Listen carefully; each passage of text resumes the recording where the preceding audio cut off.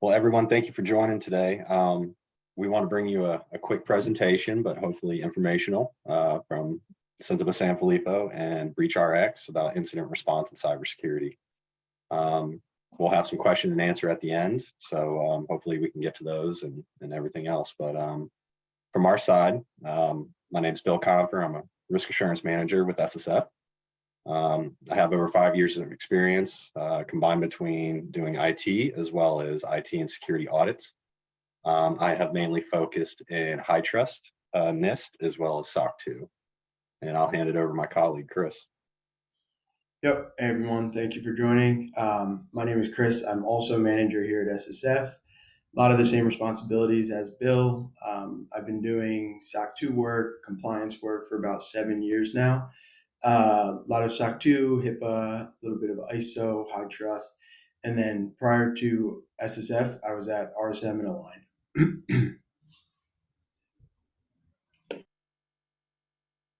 Hey everybody, my name is Matt Hartley. I'm a co-founder and chief product officer here at BreachRx. I've been in security my whole career and have had a great opportunity to look at security from a lot of different angles, from the adversary side of things, threat side, information operations. I've done incident response and managed detection response, a lot of product development as well. And so very excited to be here today. Thanks guys for having me to talk about incident response in SOC 2. Let's get going. All right. So today we're going to be going over a few of the different aspects related to incident response and how they relate to SOC 2. You know, what is SOC 2, the impact of data breaches, high-level incident response procedures, tools, intro to security incident management, and then finish it off with a BreachRx demo from Matt. And we have a quick polling question so we can kind of see where you're at in your compliance journey. So we'll give everyone a second to answer that and then move on.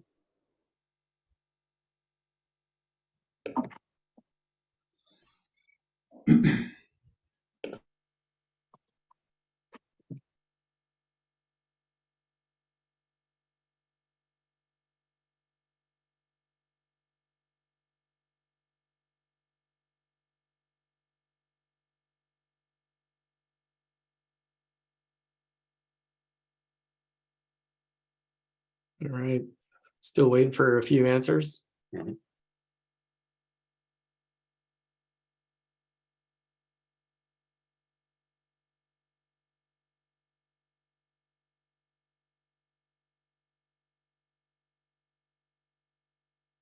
All right, that's great. All right.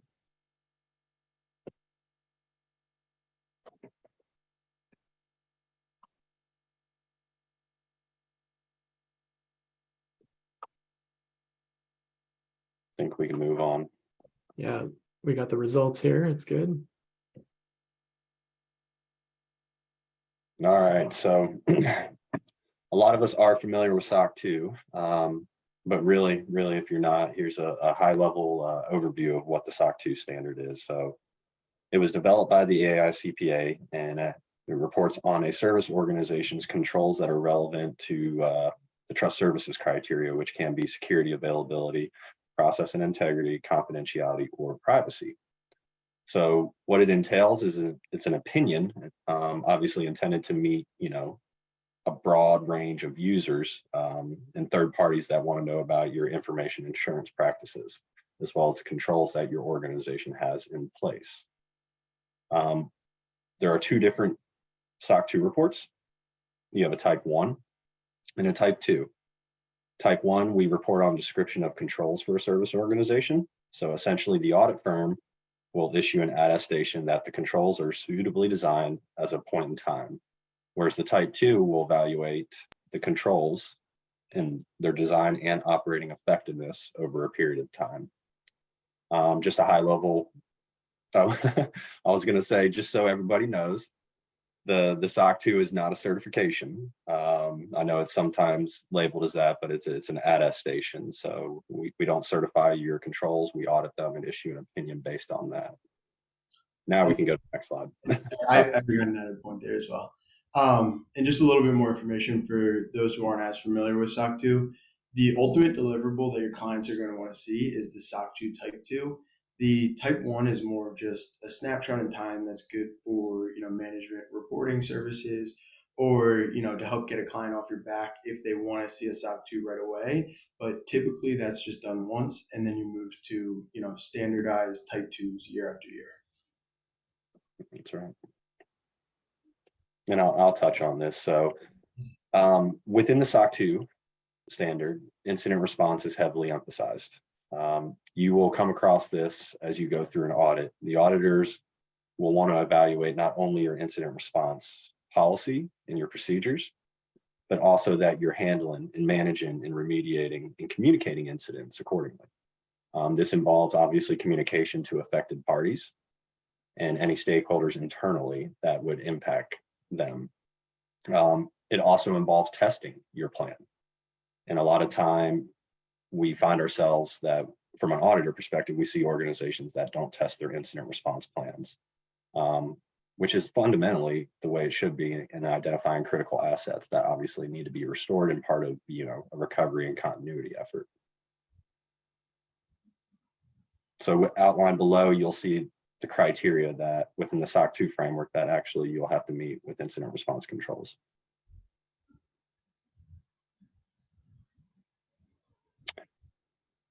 And we can move on, unless Chris, you have anything. Oh, no, I think you covered it. Yeah, I mean, it's very important to have, an incident response procedure process built out for your organization, because, and we'll get into this, I think, in the next few slides a little bit, but things can quickly get disorganized without a tool to track everything. That's right. So the difference, a high level difference from our side of things is, Chris and I get asked a lot, what's the difference between security and compliance? So we want to bring that up today. Is obviously security refers to the system and controls that an organization has in place, to protect assets, systems, data, and people. You want to ensure you have the best security practices, obviously, to ensure that the confidentiality, integrity, and availability of systems is maintained. Compliance is really just meeting that standard or framework that is set forth around the best practices. An example, ISO, HITRUST, PCI, NIST, and SOC. SOC 2 is heavily relied upon, as you know, from a vendor management perspective, as well as organizational oversight. It plays a critical role, in corporate governance and risk management process. So, and with that, I wanted to add our auditor note that we decided should be in here, but we highly recommend work on implemented cybersecurity best practices, and meeting compliance standards will follow.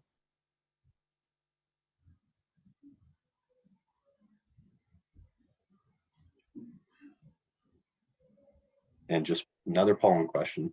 I'll give you a couple minutes to answer it.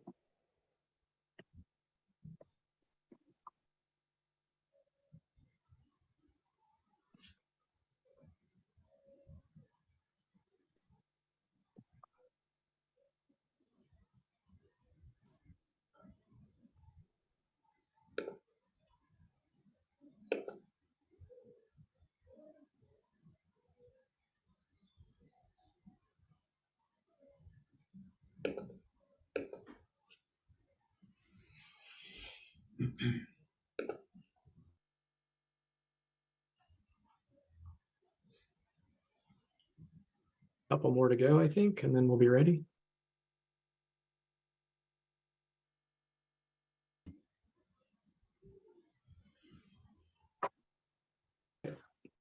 All right.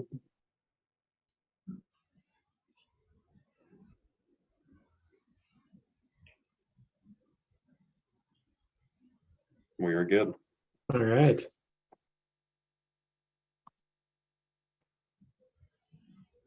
So let's take a step back and talk a little bit about the purpose of incident response in general. I think you all are very familiar from what's in the news, the impact to some degree of data breaches.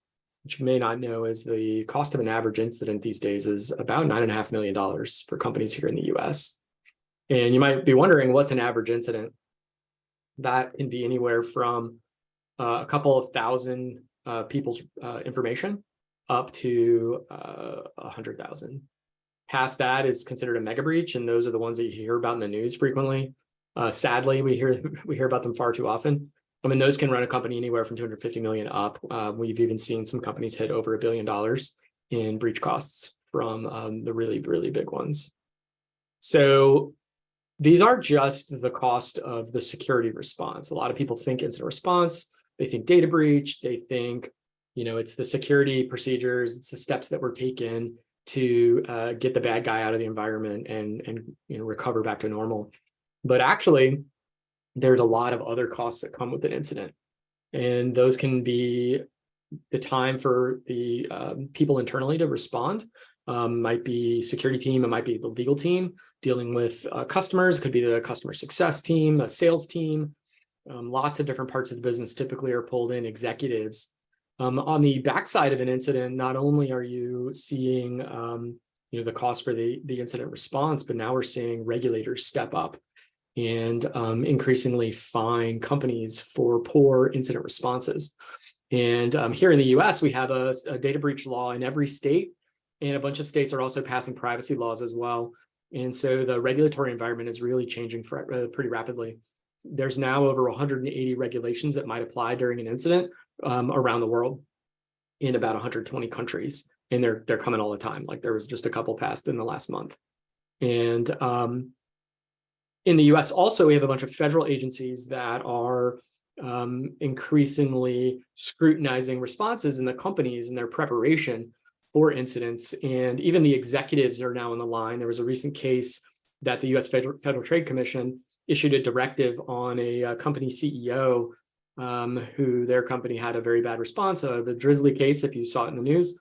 But the executive is now responsible for Drizzly's security for the next 10 years. And that includes even if he leaves Drizzly. So it's a pretty stringent directive that's going to follow him around for quite a while. And we're seeing regulators like state attorney generals, like federal agencies step in more in fining companies and issuing these types of directives. And then the worst part of it really is customer churn. It's loss of business. It's the fact that when you have an incident, it makes the news and it ends up damaging the company's reputation. You're out there trying to sell and people start asking about the incident that you had, 6 months ago, a year ago, whenever. Could be even longer ago than that. And so that reputation is that reputation is difficult to overcome. And so the goal here is to minimize or even prevent that kind of reputational damage if you have an incident. These are some of the impacts. There's plenty of others, but these are some of the big ones. So you have an incident.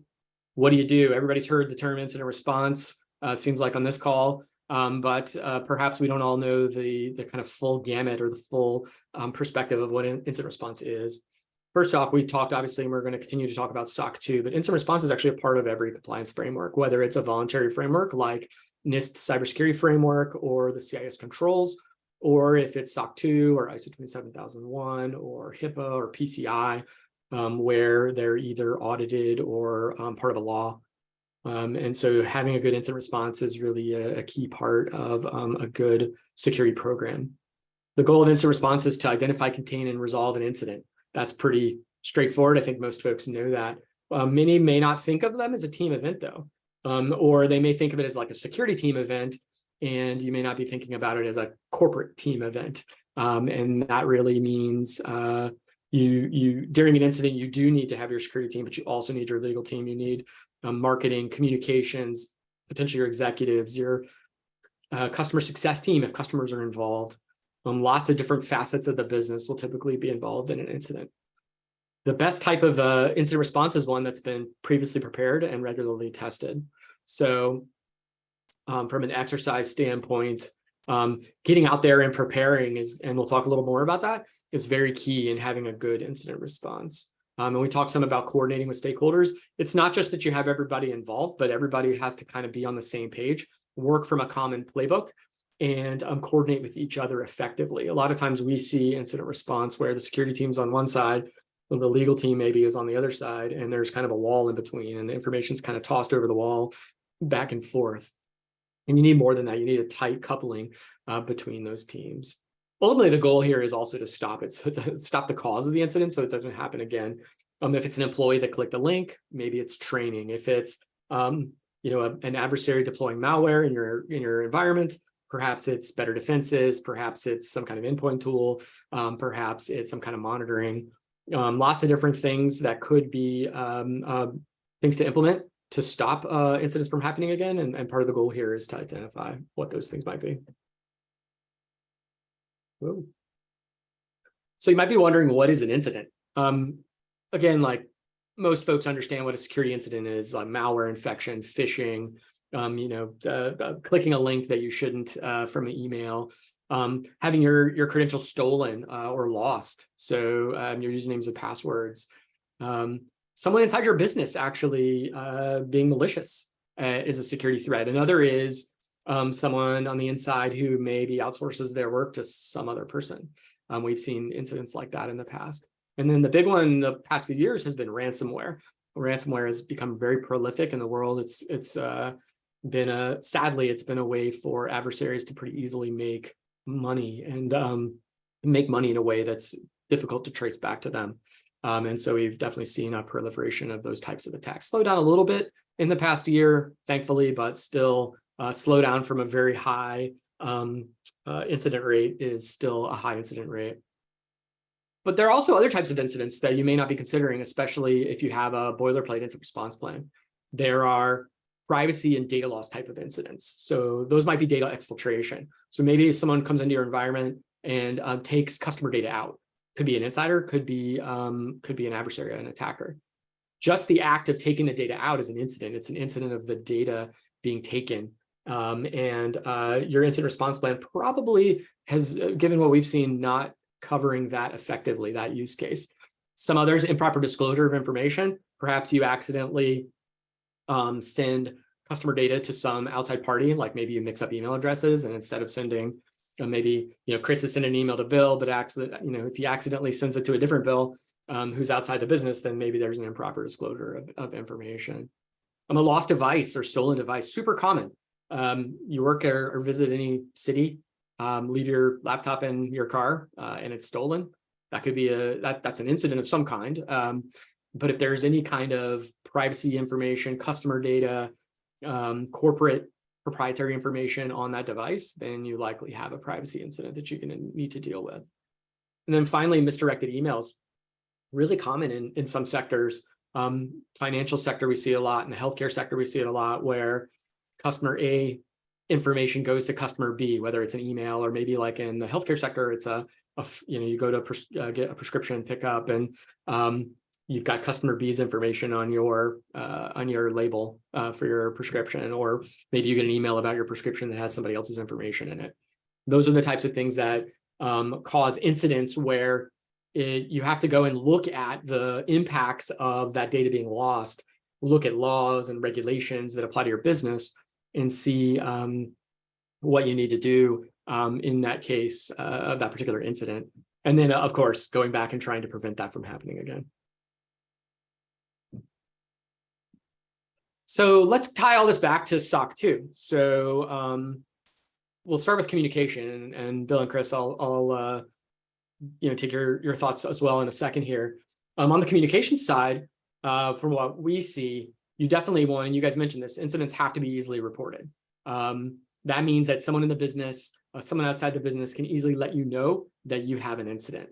When that incident is reported, the right people, probably an incident response team, but might be, if you don't formally have one, then you need to probably establish one. And then those people would be the people that would get notified. You need to understand when to escalate to leadership, when to pull leadership in on particular incidents. This is a pretty common thread across most compliance frameworks, in my view, because you want to make sure that your leadership is aware of certain types of incidents so that they can make the appropriate business decision when it comes to that incident. And if they don't know, they can't make that decision, and it might impact how the response is made. As I believe as Bill mentioned earlier, all the relevant external parties have to be notified. So if a customer's data is impacted, you're likely going to have to notify them. If maybe a partner, if you're a vendor for a third party and you're compromised, you probably have to notify your third party. Lots of different external parties, like not just contracts and partners, but and customers. You have law enforcement is also, you might need to notify Department of Treasury, Secret Service, Homeland Security here in the US, the FBI. Overseas, you might have to notify certain regulators in certain countries. So these are all things that you need to understand, and compliance frameworks are looking for you to understand those things as well. And then finally, that proper channels are used, that you're not kind of back channeling, or you're not just like walking down the hall and dropping a piece of paper on somebody's desk, that there's a repeatable process here with a path that includes being able to escalate and all the other things that we talked about. Bill, Chris, anything to add to that? No, I mean, I think that was that was honestly a really good explanation. But from the SOC 2 side of things, and any audit framework that you're going to be assessed against, it's really ensuring that you have your procedures documented and that you're actually following them when there is an incident. As Matt mentioned, communication is going to be one of the most critical aspects of your incident response. You know, making sure that obviously all relevant parties and regulators, including that, are properly notified of these incidents. So yeah, definitely great overview, Matt. Yeah, and I agree with all that as well. Communication is a huge part of it, and that is typically where we'll see clients run into trouble on the SOC 2 side of things, because maybe they're tracking their incidents in an Excel sheet, and they provide us with that listing of all the incidents, and then we ask them to provide follow-up information, and they have a lot of trouble pulling together all of that details about the incident, because it's they have some of it in Slack, they have some Zoom, they have a few emails about it, so you can quickly run into issues if you're not able to tie everything out clearly when your auditor or whatever certification you're going for is asking for that evidence. Yeah, that's a great point. We hear that one a lot, that the pain of reconstructing an incident afterward is quite high and takes a lot of time. So you've already taken all this time out of your regular business to go deal with an incident, and now you're trying to reconstruct the incident as well. So great point, guys. On the response side, let's switch to that. So these frameworks, SOC 2 in particular, are looking for the procedures to actually be in place. So it's great that you might have an incident response policy. If you don't actually use them or train people on them or implement them, it doesn't count. You want to be able to properly prioritize incidents. You probably don't want to treat a misdirected email the exact same way that you treat a ransomware attack that's like taking down your whole business. And so understanding that and ensuring that your response procedures can deal with the different types of severities of incidents is really important. You want to understand how the incident will impact the business, and you want your team to be able to do that so that they can act accordingly. Again, going back to that example, misdirected email is a big deal. Customer data, you don't want to go maybe to the wrong person, but that's obviously a different level of impact than that ransomware attack that takes down the whole business. Or maybe it's a malware infection on your CEO's laptop, which is probably a little different than a malware infection on a junior analyst's laptop. And so ultimately you have to understand those impacts so that you can act accordingly and relate that back to severity and relate that back to the speed at which you take action. You want incidents to be able to be contained and mitigated. Obviously, worst case scenario would be that you have an incident, you can't do anything about it. And so ultimately part of the response goals here are to act quickly and contain and mitigate the different types of incidents. And then going back and understanding how the incident occurred. And as we talked about earlier, trying to put the defenses and procedures, other actions into place so that they don't happen again. And then finally, test your procedures. So a lot of folks have that incident response policy and they've never really tested it. Maybe a couple of folks got on a phone and kind of talked it out and waved their hands at a lot of different steps.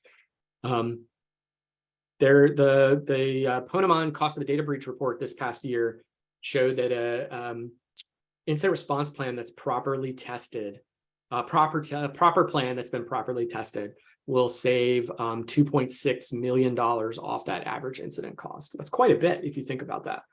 So if you need a business justification for going and running an exercise that's at any level of depth, that's the best one. Reducing that potential financial impact from an incident.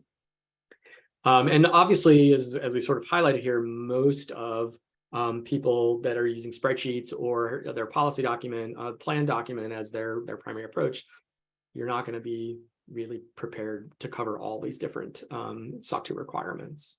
Bill, Chris, anything to add to that?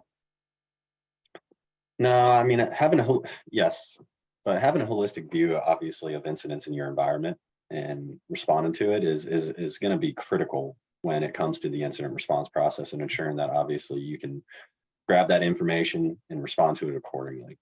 One thing I will say is the testing is critical. That's really how you know that you have the most updated procedures, and obviously that everything is appropriate. Having intrusion detection systems that in itself does not meet incident response requirements. You still need to fine tune your systems to really be, accurate, obviously, in responding to those accordingly. Yeah. I mean, a lot of it comes down to is making sure you have the proper security in place and that you're actually following these processes and standards in place. And then, like Bill said, once you have the security, all the compliance will fall into place a little bit easier. Yeah, 100%. Thanks, guys. All right, well, let's talk a little bit about cybersecurity incident management, sort of why we're all here today. So what is it? What is it, and how is it different than just straight up incident response? So obviously we're talking about managing cybersecurity incidents, managing privacy incidents, managing that data loss that might happen. You want to be able to repeatedly address and manage the effects of those. We want to be able to deal with incidents of any kind. Incidents can be really big. Those mega breaches we talked about, they can be tiny. It can be that junior associate who clicked a link and didn't even get an infection. The incidents might come from someone on the inside reporting it, might come from someone on the outside. Maybe you have a vulnerability in your software app, and some user finds it by accident, or maybe they're looking for it and report it to you. You want to be able to deal with those types of incidents. One of the things that's most common about security teams and incident response is they really struggle to keep up with both the variety of threats that are out there, the different types of attackers, whether it's criminals, hacktivists, nation states, wide gamut of skill levels. Being able to keep up with all of that and keep up with incident response procedures to deal with each of those different types of threats. A single incident response policy or plan, or even a set of procedures, maybe you've gone a step further and you've delineated a set of procedures. Very difficult to keep those up and actually use them when you have an incident, given the variety of threats. What you really need is something that is a set of procedures for each of those types of threats. We'll talk a little more about that. And probably 99% of the time, we've talked to as well, like 100 different law firms that specialize in incident response. And what we've heard repeatedly is when incidents happen, teams don't pull out the plan. Or if they do pull out the plan, it ends up being pretty useless because it's very strategic in a lot of cases. That boilerplate plan is not tailored to you enough. Maybe it has, hopefully, your company name, like some of your procedures, maybe it has your IRT established. But it's not tailored to the types of threats, the types of incidents, and not tailored to your business. If you're a bank, you've got different types of businesses inside the bank. And so being able to have the different approaches that you need for the different types of attacks, the different types of incidents is really critical here for dealing with the incidents. And ultimately, probably starting to be obvious from our conversation here, you have to be proactive. And a lot of that expense that we talked about when an incident happens is because most companies aren't effectively prepared. And because of that, they end up spending a lot of money on support and help when an incident actually happens. And a lot of that time is spent pulling together stuff that if they had pre-positioned, then they could have dealt with it as sort of if it was like a regular routine process. And so that's a big drum I want to kind of beat on here, is like being proactive is very critical. Being prepared, pulling together the information that you need, having the right procedures. If you don't do this, you're going to end up in that like stereotypical crisis mode with your hair on fire, and your incident response will be really crazy. It'll be chaos. And that's kind of the norm now. And being proactive is part of what we at BreachRx are trying to help companies really as to take back control of incident response and deal with these incidents in more of a routine way. And that's, to follow up with that, that's a good point, Matt. A lot of organizations that I've personally worked with, via various audits are typically reactive. And after that point forward, they're trying to be proactive, but it takes an incident or a potential breach to obviously get on the train and obviously make sure that procedures and preparation and responses are conducted accordingly. So better to evaluate this now rather than, like Matt said, waiting till an incident and then you're running around with your hair on fire trying to figure out what is going on. Yeah. Thanks, Bill. Good point. All right. Well, let's talk a little bit about BreachRx. I think one of the goals that we have is to, as I said, help companies deal with the, this fact of life of incidents. So I just want to give you all a quick tour of our platform that helps companies do everything that I talked about and more when it comes to incident response.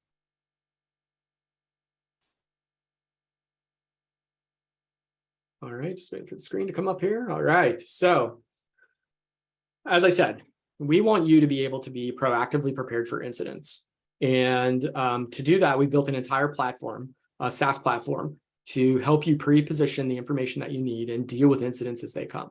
Hopefully, if you're running a business, you don't have 33 active incidents. This is our demo environment, so obviously we have a lot of live ones going on. But ultimately, unless you're a really big bank or a really big company, you probably don't have this many incidents all at the same time. And there's a lot of different features we have in our platform. I'm not going to run through them all today. We don't have the time. But I want to focus in on SOC 2 and using our platform to achieve SOC 2 compliance more rapidly. I would say incident response tends to be one of the areas that's kind of painful for companies, is what we've heard when it comes to SOC 2, because they don't have this stuff prepared. They don't have this stuff pre-positioned. And so going through working with the auditors like Bill and Chris to try to figure out what they need and going and putting it together manually, like looking for templates and stuff online, is a lot of work. And also running exercises tends to be something a lot of folks approach from a manual standpoint. We've automated all of that.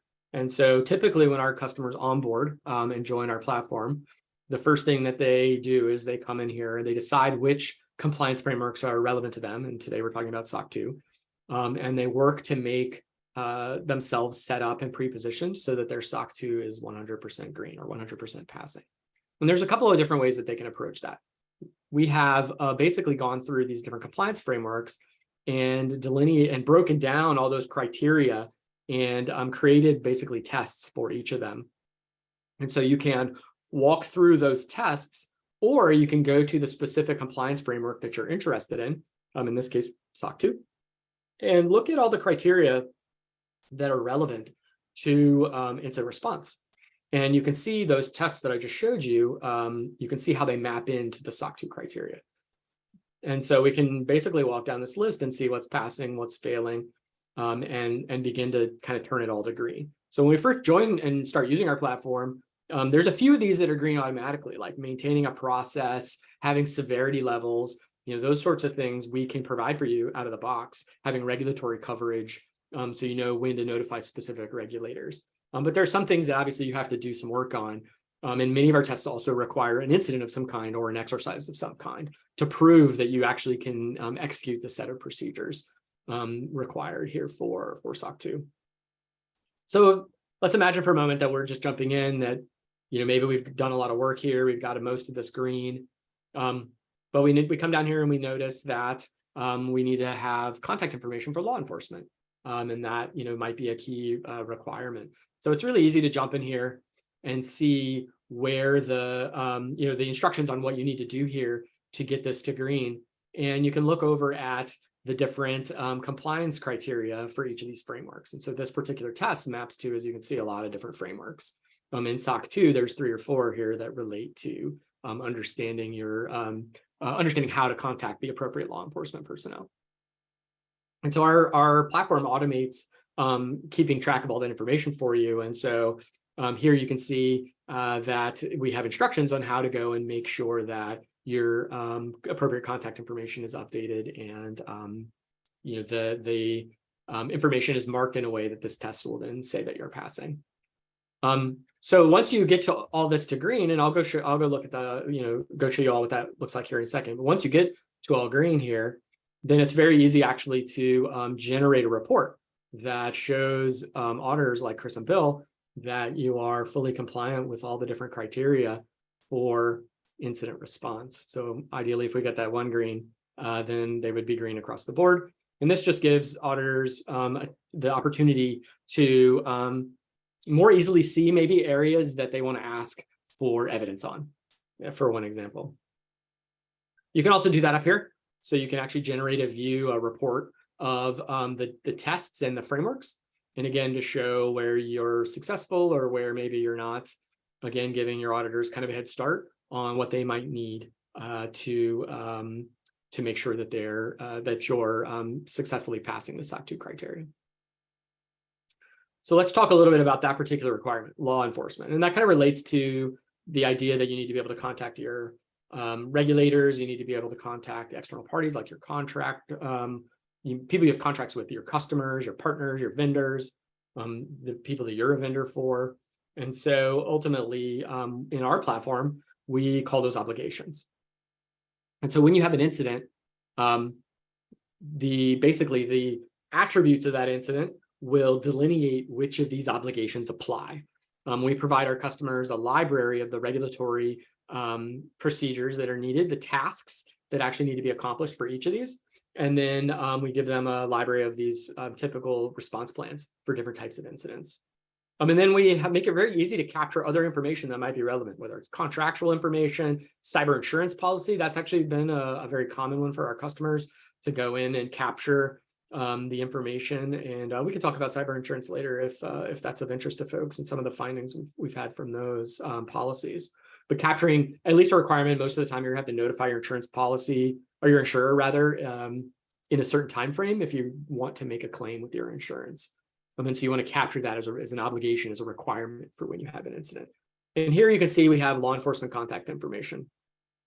And so if we go in as the instructions, if you remember for that compliance test, were to go in, make sure that the contact information for the law enforcement entities is up to date, and then tag that obligation with law enforcement. And so you can see here is an example of U.S. law enforcement obligation we provide our customers, which just gives the information on how to contact DHS, how to contact the FBI, and how to contact Secret Service. And so depending on your incident and depending on the industry you're in, one or more of these are relevant. Taking a quick step back, I haven't said it yet, but one of the key approaches that we've taken in our platform is to make everything flexible and dynamic. So if you came in here and you're not part of the financial sector, you have no reason to contact the Secret Service, it's actually very easy for you to remove that task altogether. If it's not an obligation for you to contact the Secret Service, we at BreachRx want to make it easy for you to not even see a task to potentially have to contact them if it's not relevant. And so everything that you've seen so far is completely editable by users, our customers, so that they can tune our platform to their particular organization and to your specific needs. So yeah, that's how obligations work. Basically, regulations are a big area, as I described, a big focus for us as well. And those, not just the U.S. regulations, but a lot of the international regulations. I think one of the most common that people hear about is GDPR. The General Data Protection Regulation from the European Union is a privacy regulation that has been around a number of years now. And basically in Europe, if certain data of people that live there is exposed, then this regulation applies. And you as a company have 72 hours to notify regulators there in Europe about that particular incident. And our platform will help you walk through if this regulation is relevant and if you need to notify that particular regulator. Similarly, nowadays, California has a law that's modeled quite a bit on GDPR. And over the past few years, California has passed a couple of laws on the privacy side that have just kind of piled on there. And so if you as a business have customers that live in California, or they're California residents that happen to not be in California, and you have an incident, then you basically are going to need to notify the Attorney General if certain conditions apply. Obviously, if certain types of data is impacted, and if a certain number of records is also impacted. And I say records as in California resident records. And so again, our platform will help you walk through all the different requirements that are needed to determine whether or not you need to notify the California Attorney General. So you might be saying, all right, that's great. I see all these obligations, but let's look at incidents. Like, what does an incident even look like? And we have a lot of different ways to kick off an incident. One of the things we're really proud of is this wizard that we built to start incidents. You can start an incident from a playbook that maybe we've provided or maybe that you've built. And so if you have that misdirected email that we talked about, then it's as easy as picking that and running through the wizard. Just to save us some time today, I'm going to skip and open an incident that is already built. I'm going to show you all two different incidents. One is actually an exercise. And so this is an exercise that we did just to demonstrate how easy it is to run through for a SOC 2 audit, an exercise that's meaningful. We were able to accomplish this entire incident in less than an hour, and we actually completed all of the steps that are a part of it. And so I'm going to show you what that looks like.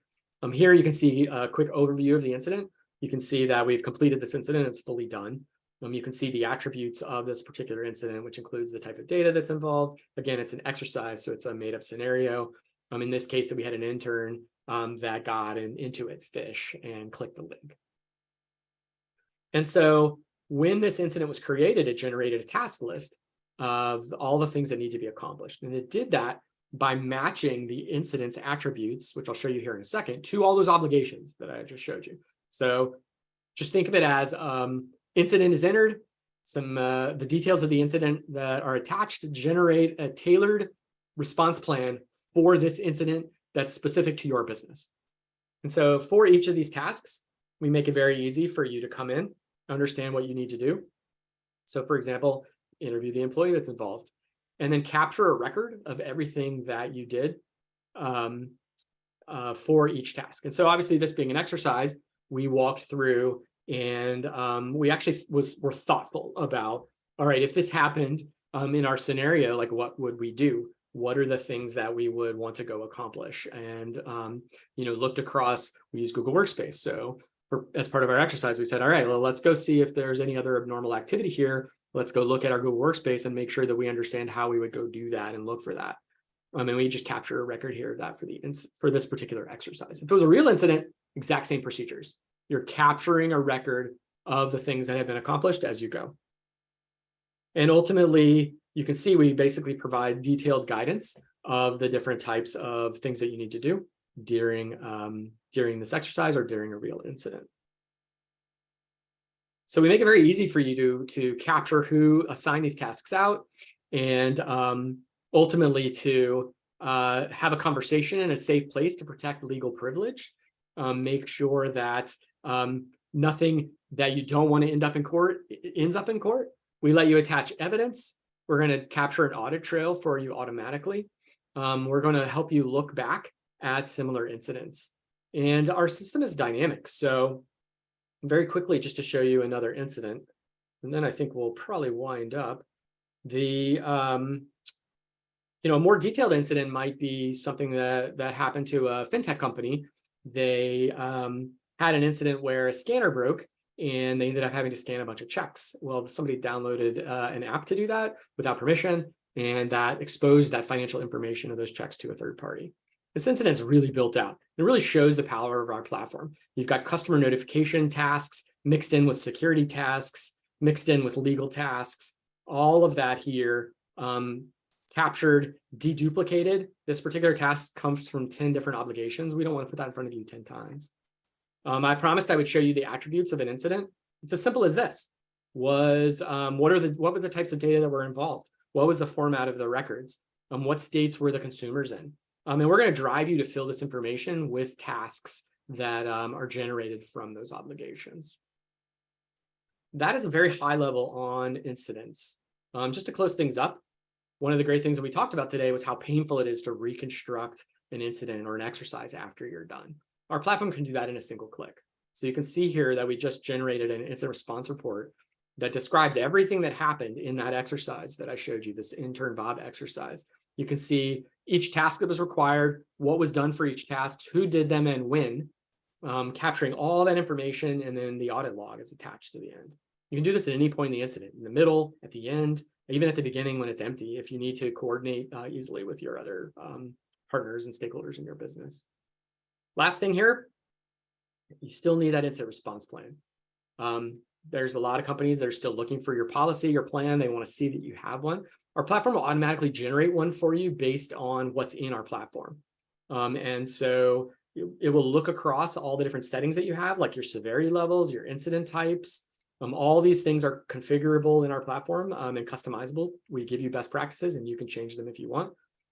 We generate your incident response team contact information, and then we basically attach all those different obligations that you have active in the platform. So when you go for your auditors, when you go for your partners that are asking for a copy of your incident response plan, it's as easy as coming in here, generating this PDF and giving them, and best in class policy reflects the fact that you have a dynamic platform that's pre-positioned, that you've exercised with all the current information in it. So I think with that, we'll wind things up and pass things back. I guess, Bill, Chris, before I stop sharing, anything you want to dig in a little more on, or anything we should talk more about? No, I think it was covered very high level, but I will add that a lot of organizations struggle, kind of like you mentioned, Matt, to provide documentation and piecing it together. There's bits and pieces all over the place, and from an auditor's point of view, we're looking on the outside in, and we can't take somebody's word on how you handle that incident. That's the biggest thing. So documentation is critical for us to evaluate if you actually managed incidents accordingly.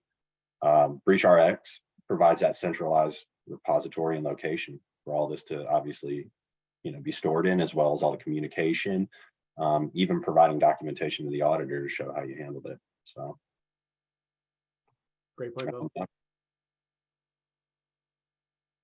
All right, I will stop sharing. Let me pull the slides back up. While I'm doing that, there's a lot more we could show you guys if we had more time. So one of these days, if you're interested, we're happy to do that. Just reach out and let us know. And I think with that, we're going to take some questions.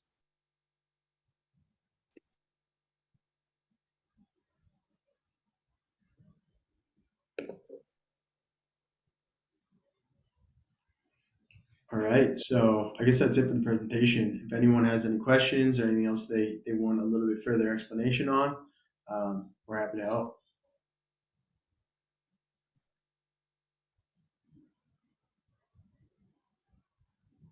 See, one question for you guys. What's like one of the things that's most commonly a finding during a SOC 2 audit when you're looking at incident response specifically? I know I'm going back to this for like the third time now, but it's just organization. It's just lines of communication. And we work with, we work with everyone, but we work with a lot of smaller companies, a lot of, SaaS applications, venture-backed SaaS applications where they've never been through SOC 2 before. They're new in a lot of the systems that they have. Processes are all new. So they just don't have that organization when it comes to incident response. And that applies to kind of everything in SOC 2 as well. You want to be organized. You want to make sure your processes are matching your policies and you're following all your controls. But we regularly see clients run into problems where they provide us with a list of potential incidents that they have or had during the period. And then when we dig into it a little bit, they're not able to piece them together anymore. So that's what I see prominently. Typically a lack of documentation, like Chris said, is really what it boils down to. We have seen where organizations will take down a system that used during the SOC 2 reporting period that actually housed that information, and somebody made a decision to take it down and can't provide actual evidence nor a population of security incidents that occurred during the reporting period. So we can't verify that they did or did not, which ends up being a finding as well. Ouch. Right. One other question here. How often should we run cyber exercises? You guys want to take a first swing at that? Yeah, I can take that one. It's really dependent on the organization and the team's needs.